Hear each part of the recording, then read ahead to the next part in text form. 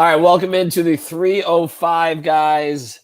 We should start calling it the 0-17 guys. I'm Ethan Skolnick. You can follow me at Ethan J. Skolnick. I got 5 Reasons Sports. I got Alex Donno.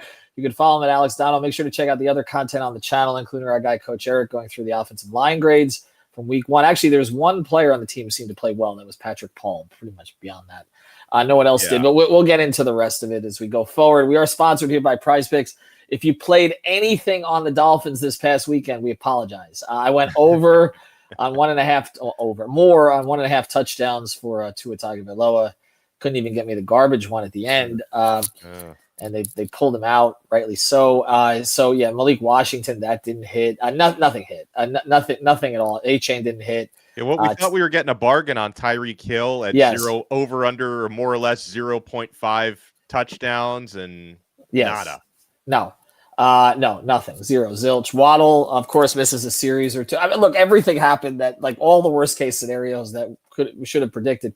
We should have gone over on injuries. Anyway, use the code 5 FIVE. Put down $5 or on timeouts called because there were 12 men on the field. Put down your 5, get your 50. That's how you can play right away. Go to prizepicks.com. You got to make this season interesting, folks. This is the way to do it. So I appreciate everybody signing up.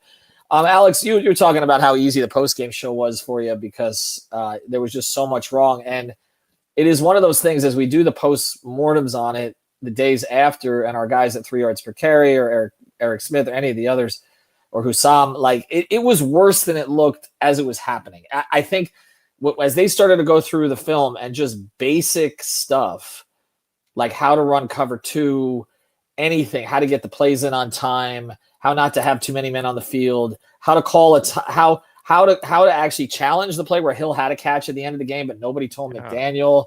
And that's not even including the Tua stuff, which honestly, the worst game I've ever seen him play. Yeah, he regressed. I mean, I'm hoping that's not who he is all season long. Well, Alex, right, that was terrible. Let's start with that. Let's start with that because we're going to talk about the organization as a whole. But let's start with Tua here because the entire foundation of this thing is built on Tua staying healthy and being the guy he was a couple of years ago, right? Like if you got that guy, then, we still have the questions about the cold weather and about the outdoors and all that stuff and the playoffs. But at least if you got that guy, you had a chance. Yeah. But he does not look like that guy. And I don't know that he ever really looked like it completely in the preseason either. So I hate to do this, and some are already starting to. And I know even Simon on 3 yards per carry was kind of pulling back from it a little bit because he doesn't really want to say it. But it almost looked like cognitive issues. Like he's not seeing stuff he used to see before. I don't know. It's like it wasn't just the 2 picks. The second one was awful. The first one was an awful throw. The second one was an awful read. But it's also like they were documenting the stuff that was there for him that he didn't see. That to me, if that's the case, then this thing is cooked beyond cooked, like that, right? Yeah. Well, I mean, did you hear what his former teammate who apparently helped the Colts game plan for Tua, Xavier Howard, said after the game? I got the quote here in front of me, and this is you talk about throwing shade. Xavier said, "We knew the guy. He gets the ball out pretty quick. And once we take away his first read, I feel like it's panic mode after that." And it showed yesterday. We took away his first read, and he was trying to get rid of the ball real quick. You could just tell with the big eyes and him getting flustered, Xavier said about Tua. And listen, I'm sure, anytime I bring up anything that might be construed as negative about Tua, people are going to be like, well, what about this game and this throw he made like 3 years ago? And it's like, whatever, but you heard Xavier say it, a guy who used to go up against Tua in practice, and that was something the Colts claimed to have taken away from him yesterday. I just want to be clear on this because this comes in AKW Beats. We appreciate the comments on here. Cognitive, really, guys. I just want to start from this perspective on it, okay? I have not been the easiest guy to convince on this, all right? Like, I have been in McDaniel and Tua's corner, particularly Tua's, since the beginning. Yeah, but me not as much, but you, yes. Right, me, yes, right? I have been out there on this, and I do think you can win with him. It's just certain conditions that need to be created because I don't think he's ever been great improvisationally, and there are limitations physically, obviously, but I have been in on him for what he does well. I cannot defend what happened on Sunday. That to me, like that was like throwing the towel time for me because I'm watching it and I'm like, okay, Part of it is offensive line, but then there were some numbers that came out from Next Gen Stats that actually he had the third most time to throw on his actual dropbacks. I didn't see that. Wow. So yeah, well, Daniel Jones had the fourth most, which, by the way, the pass rush. Where was it? Daniel Jones looked like Daniel Jones, Montana. Well, like Peyton Manning, like seriously, like he looked like they got no this vaunted pass rush. The only guy who made a play was Judon, and that was a play out in the flat. There was nothing done in the pocket. There was not their game plan against the Dolphins was simple. We talked about what it would probably be. They executed it. It was just get rid of it. But again, when here's the difference. We tried to tell you about Tyler Warren on the other side of the ball. I mean, that Dolphins had zero, as they've never have an answer for opposing tight ends. They had zero answer for a guy playing in his first ever NFL game. And you know what bothered me? And I know I'm getting a little off topic here. We'll probably get back. It's fine. Whatever bothers you can lay out today. Yeah, well, I mean, Mike McDaniel's post game. And listen, I on the one hand, I appreciate that he is so open and will say whatever's on his mind. Doesn't mean I always have to like what is on his mind, because McDaniel is talking about how he allowed first game of the season and the extra hype and the juice that comes with that to get to his guys, and that's obviously inexcusable on his part. And this is his fourth year as a head coach. You're going to admit you didn't have your team prepared for all the extra hype that goes into week one. You've been doing this long enough. There's enough veterans on that Dolphins roster that they should be prepared for what comes with an opening game. And then, I know he was playing at home, but Tyler Warren, that moment didn't seem too big for him in his first NFL game. No, well, you know what makes it worse? Everything that happened on Sunday brought up something else. Okay, so you mentioned Tyler Warren. Well, they could have drafted him. I mean, right there.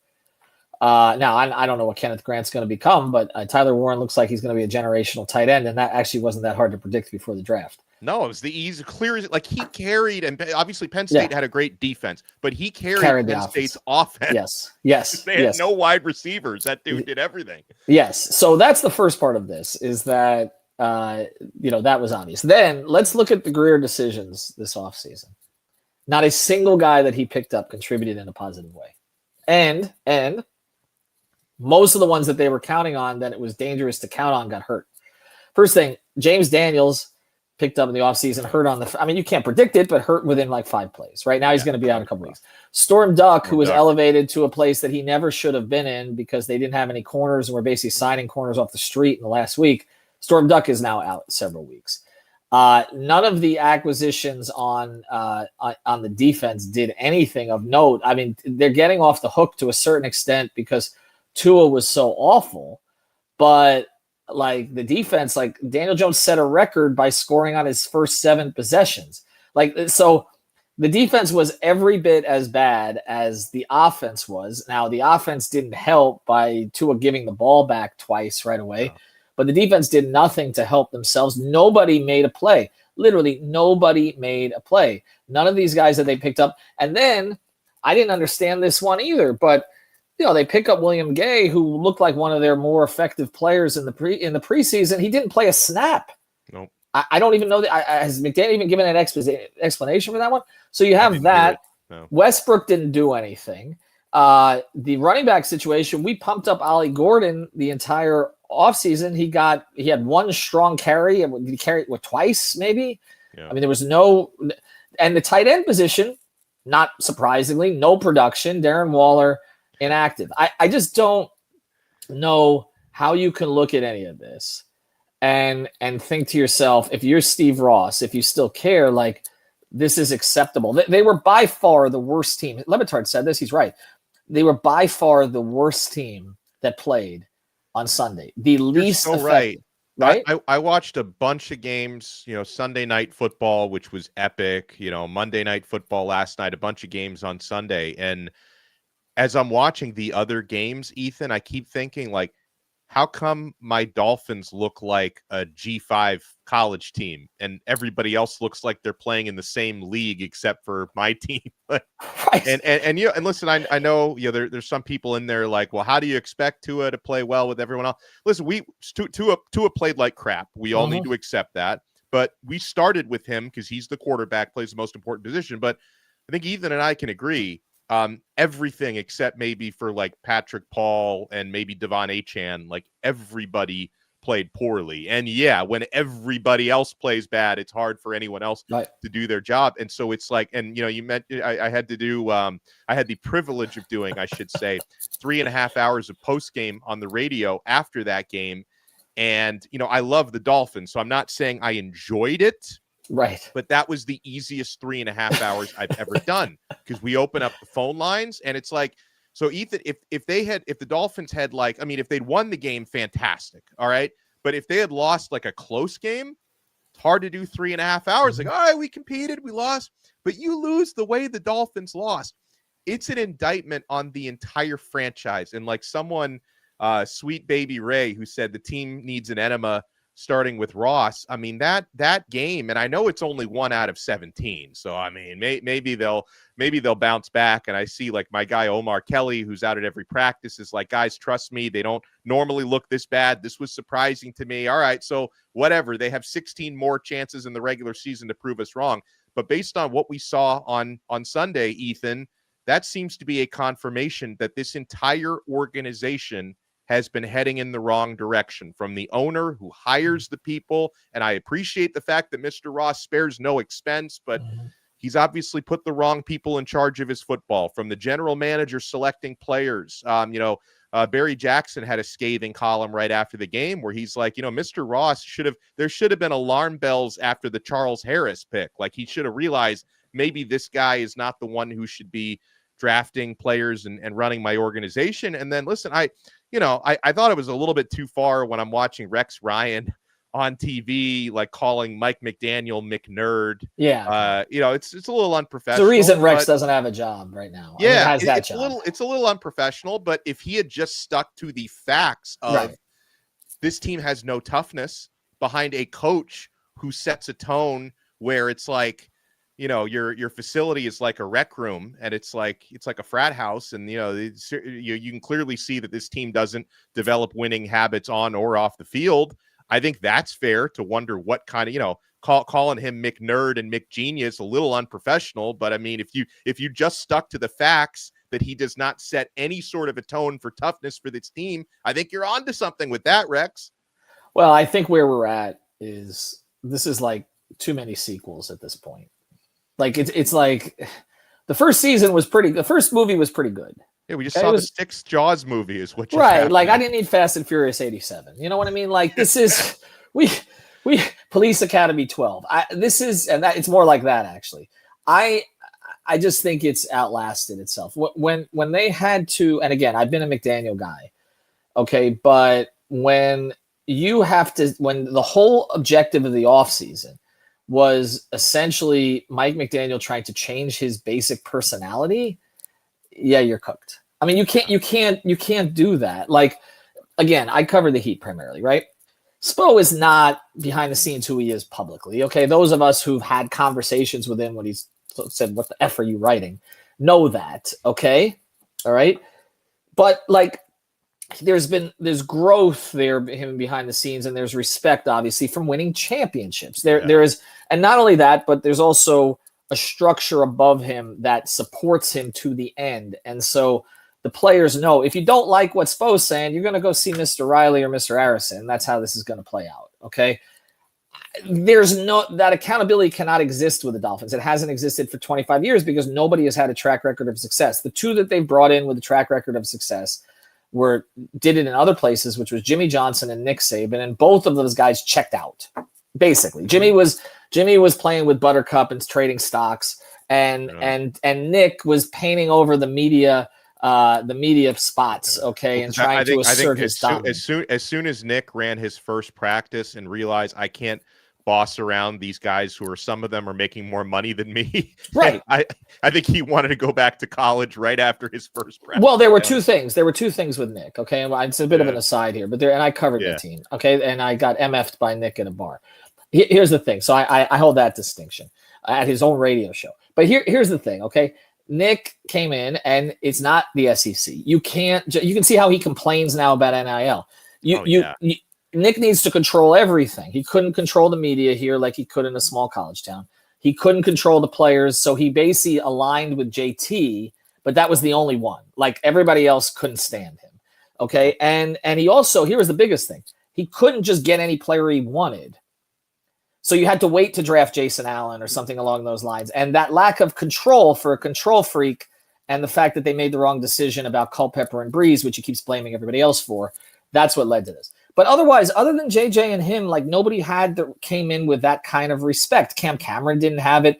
Gase didn't have it. Tony had it for a little bit. Sperano had it because he had Parcells above him, but then that kind of flamed out. But we've seen this pattern now, okay, where a guy comes in, sets a new tone, and it works for a little bit.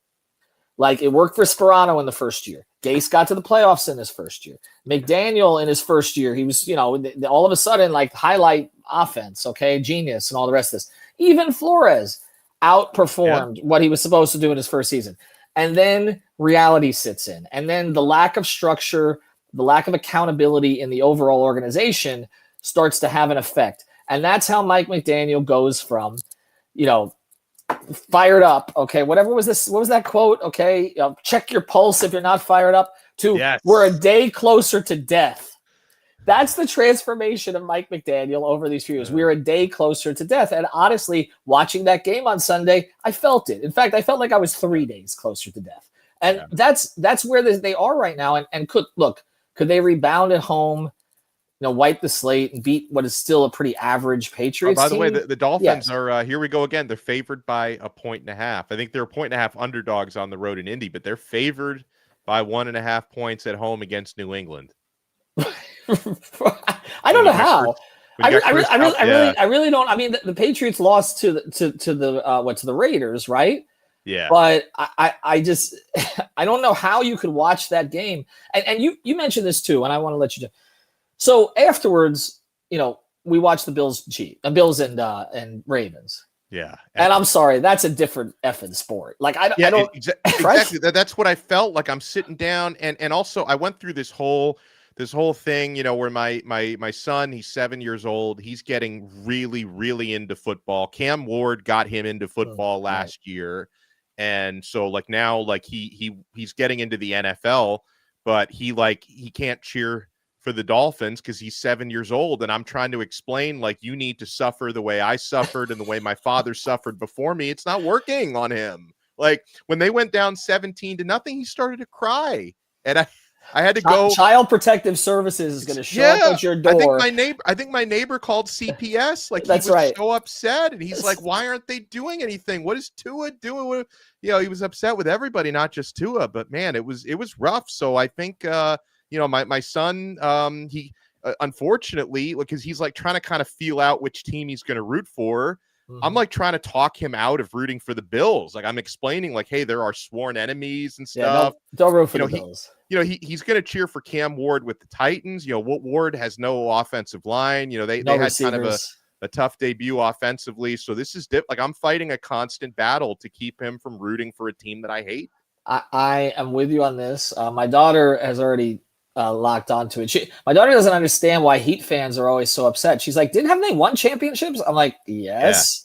Yeah. But of course now she's a Panther fan. So like every year is supposed to end with the Stanley Cup finals. And we're going to get that spoiled thing on that side. But this is why I've been excoriating Heat fans all week. Cause it's like, everybody's complaining and I get it. The organization the team is not where you want them to be. They're supposed to be contending. They're not living up to their own standards. But we also watch Hall of Fame weekend where literally every person there had some association with the Miami Heat one way or another. Yeah. And all of the stars that have been through here, the 7 finals, the 3 championships, the stability. And like, if Heat fans are complaining and like, they're not Dolphin fans, okay, or they are Dolphin fans. I don't know how a Heat fan can complain that is also a Dolphin fan when you've had to deal with this for the past 25 years. And here's the thing, we may be a day closer to death, but we're no closer to contending.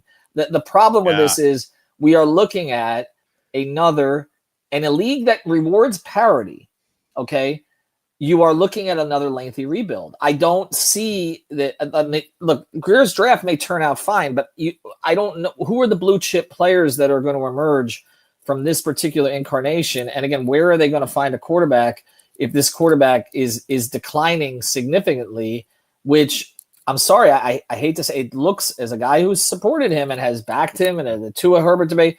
Like I threw in the towel on Sunday because he looked he looked worse than their backups looked last year. Look, Skylar Thompson would have had a better performance than that. And if that's going to be what he is now, Alex, then I don't know where to go. Anyway, this is going to get blown up at some point. It's just a matter. I don't see Mike McDaniel making it through the season. That's probably a pretty low hanging fruit prediction to make after Sunday. I would think that the next time Stephen Ross makes wholesale changes, I would hope he realizes you've got to get a new GM as well. I think that's probably the direction this thing is heading in. At least I hope it is, because it's hard not to. It's as much as, because we sort of tried to blow it up 6 years ago and we have nothing to show for it. As much as I hate to blow it up again, no more half measures, Ethan. Like, you can't just try to plug holes here and there to fix this thing. I think you have to properly blow it up again. You can't just hire more celebrity owners at this point. Like, there's no way to distract the masses. This comes in from Basketball Jones. We'll close it here. Everybody sign up for Prize Picks. Use the code 5FIVE. Also, if you want some actual football analysis as opposed to Alex and I just complaining, you can check out what's the difference? I mean, football, if you're watching the Dolphins, what other football analysis is there? Just complain. 3 yards per carry on video is up on the YouTube channel now, as is Coach Eric's latest offensive line breakdown. So you can check all that out. But I'm going to close with this quote. Yes, exactly, because Brooklyn Rob hit it. Basketball Jones says 3 years away. And Brooklyn Rob says 3 years tries 30. I feel like they're always 3 years away from 3 years away. That's a great quote by you. 3 years away from being 3 years away. And I am a lot of days closer to death at this point. At Donno, I had hair. Back when I covered their last playoff game. Lamar Smith running for 209 yards. We were all young men. Yeah, I was I think 16 when that happened, and little did I know that all these years later, I'm still waiting for the next playoff win. There's that meme, that waiting meme, but we'll see. Look, they win on Sunday, then all of a sudden they're 1-1. In worst case scenario, they'll be second place in the division, but then they go to Buffalo in 4 days and they'll get a wake up call. Look, I want them to turn it around because I want them to be competitive. I really have never seen a performance that inept in an opener by anybody. Honestly, Bethune-Cookman put up a better fight against UM. They did, and right? they picked up like 14 first downs. I was a little frustrated at times. Right. Bethune-Cookman did more than the Dolphins. Right. There are probably more players on Bethune-Cookman that stood out than other Dolphins. All right, thank you very much. Use the code 5FIVE. Obviously, we got lots of Dolphins coverage on the site, but also Heat coverage and Inter coverage, although that they didn't perform that much better in their last outing either. Have a good one, everybody. See ya.